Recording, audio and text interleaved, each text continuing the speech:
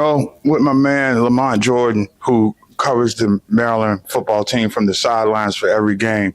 It was a tale of two halves here in College Park. 20-0 up in the first half, and then suddenly, well, it happened. You had a bird's eye view for it. Where did it get away from the Terps this evening?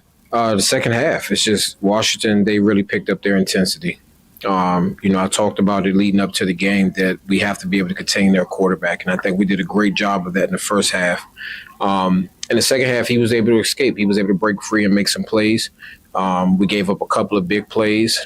They were able to move the ball and hit some shots versus our zone. And when you think about just some of the injuries that we had, they were able to wear us down in the second half. But even with that said, one offensive score, maybe a few first downs. When you're playing against a team like Washington and you have a quarterback that's able to run all over the field, your offense, we can't go 3 and out. Because when you go 3 and out, when your defense was just on the field, that's a lot of weight for the defense to bear. So the first half, Washington's defense didn't look like the team that I saw on film. In the second half, they were. I mean, those guys were flying around. They were batting down balls all game long. And so, we're fresh right after the game. So I'm still trying to process it all. But just a disappointing way to lose. Yeah, you kind of took it as though you put on the shoulder pads and the helmet earlier today. I saw some great passes, though, that were dropped by Malik. Especially that last pass on fourth down in the fourth quarter. His numbers, when you look at his stats, kind of lie, don't they, about how well he played tonight? I think he played well. I think there were a number of batted balls. So you don't know if that's on him. You don't know if it's on the offensive line. But there were a lot of batted balls. And so I'm sure Locks and Pep, they're going to go back and watch the film and see what can be done differently. But at the end of the game, where you need a play, he threw a dime in there, the ball was dropped. But you need to make a catch like that. When your quarterback in a big time situation drops a dime in there on you, you have to come up with that play. And when it's all said and done, in the second half, Washington made the plays that they needed to make, and we just didn't. And for all we talk about Malik in the passing game, what happened with the running game this evening? I mean, it seemed to just get stuffed. It wasn't able to, for lack of a better term, get out of its own way. First half, I thought we ran the ball pretty well. I mean, we were making some hay in the run game. Like I said, the second half, Washington just stepped their game up. And as an offense, when you go 3 and out, I believe it was 3 consecutive drives in a row, that's just not a position that you want to be in. With that said, this is one of those losses where, as a team, first of all, as an individual, you have to go back in there and look at yourself and say, okay, what could I have done differently? If you're a backup and you had an opportunity to play, especially on the defensive side of the ball, specifically the defensive line, you're probably kicking yourself because maybe you didn't take advantage of an opportunity. And so this is one of those games where you look at yourself as a player, you go back and you evaluate as a coach. But then from there, you have to get ready for your next opponent. This is one of those games where either you're going to grow from it and it's going to take you to the next level where now you know that I got to stay locked in for 4 quarters, or this is one of those things where you just marinate in it and it just destroys your whole season. Interesting that you bring that up because this was probably the first time all season that we saw questions of discipline, gestures that may have been marginal, but they still ended up costing a personal foul at a difficult moment in the game. What do you make of that, having seen what transpired on the sidelines? It happens. You don't want those things. I mean, I've seen guys, put the sword away plenty of times and not get flagged for it. And so that was a head scratcher for me because it was a big moment in the game. With that said, even after that moment, Washington still came out and made plays to come back and win the game. So, we could point to this and we could point to that, but the reality is that at the end of the day, we didn't play for 4 quarters. And because we didn't play for 4 quarters, we didn't walk away with the win. And so 4-1 is great, but 5-0 would have been even better. And so I think and I said this on the post game, I think come Monday, Tuesday, you start to shift your thinking to Nebraska. You're thankful that you are 4-1 because there are a lot of teams around the country who aren't in this position, and then you just focus on Nebraska.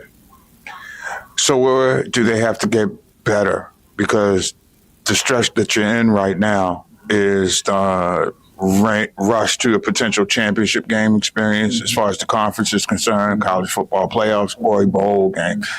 How's this team, in your opinion, go about resetting after a tough loss?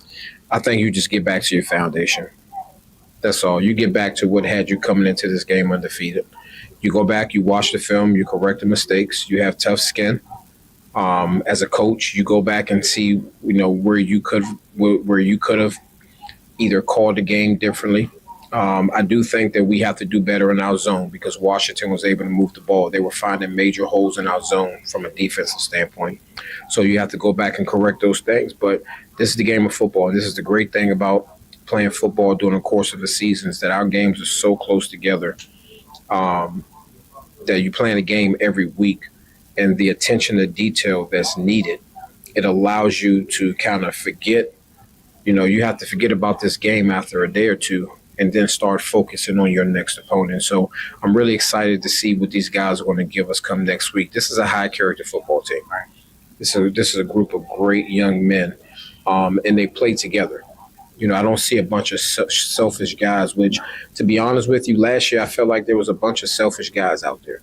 Hopefully we can get healthy this week.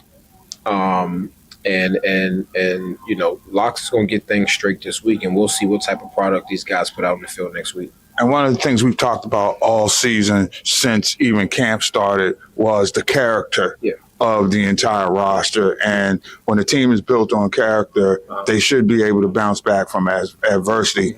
I'm suggesting that's the case next week against Nebraska. Yeah, definitely. I mean, listen, this is football, man. There are too many details that go into this game for yourself to saturate yourself in a loss like this. Now, during the end of the season, once the season is over and you sit back and you reflect, you can spend a little more time with it. But tonight is going to be tough for these guys. It's going to be tough for these guys tonight. It's going to be tough for these guys tomorrow. And to be honest with you, it's going to be tough for these guys come Monday. But once you get to Tuesday night and you get into your Wednesdays and your Thursday and your Friday, it's all about focusing on Nebraska. Yeah, and to your point, I just don't get the feeling that this team is going to lie in its own pity, if you will, for something like that. I think that this may be the edge after all the wonderful things that we've been saying about them that kind of resets or calibrates the season, right? You have too much ahead of you to allow yourself to just sit right now in this moment. And Ben playing for Locks, he's going to hold these guys accountable. He's going to hold himself accountable. He's going to hold the coaching staff accountable. But there's too much ahead of you. There's way too much ahead of you for you to allow your season to end because of the way this game ended. I mean, listen, let me just call it what it is. It's beyond disappointing. Like we as a team today, we dropped the ball. That's just what it comes down to. But I'm gonna continue to say it. You come back, you watch the film, you hold yourself accountable as a player, you hold yourself accountable as a coach. You go in and you make the necessary adjustments, and then you move on from it. So in your opinion, as a person who's been on the sideline, where the character of the game is every week, that this team is built on a different kind of plateau, so to speak, and this is just a bump in the road. Yeah, this is just a bump in the road. That's all it is. The one in the past, I can say that I've seen some teams quit. These guys never stop playing hard, and that speaks to the character of these guys. So I'm not worried about them moving forward. We just have to take it one game at a time. This upcoming week is one practice at a time, and then you just come out here.